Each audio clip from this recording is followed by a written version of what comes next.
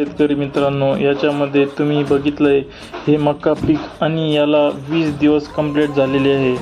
त्याच्यामध्ये बघितलं तर तुम्हाला अळीचा प्रादुर्भाव दिसून येतो आणि याच्यामध्ये बघितलं तर मकाची लागवड चांगल्या प्रमाणामध्ये आणि मका उगवून आल्यानंतर आपल्याला महिनाभराच्या आत अळीचा प्रादुर्भाव दिसतो आणि अळीचा प्रादुर्भाव आला तर मकाची वाढ ही होत नाही।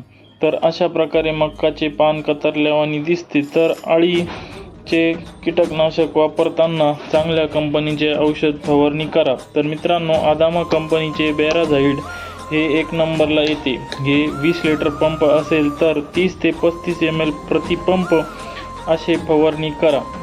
तर त्यासोबत मित्रांनो झिंक 20 ml प्रति पंप घेऊ शकता। कमी खर्चामध्ये हा डोस होऊन जाईल। तर अशाच शेतीविषयक माहितीसाठी आपल्या YouTube चॅनलला सबस्क्राईब करा। धन्यवाद।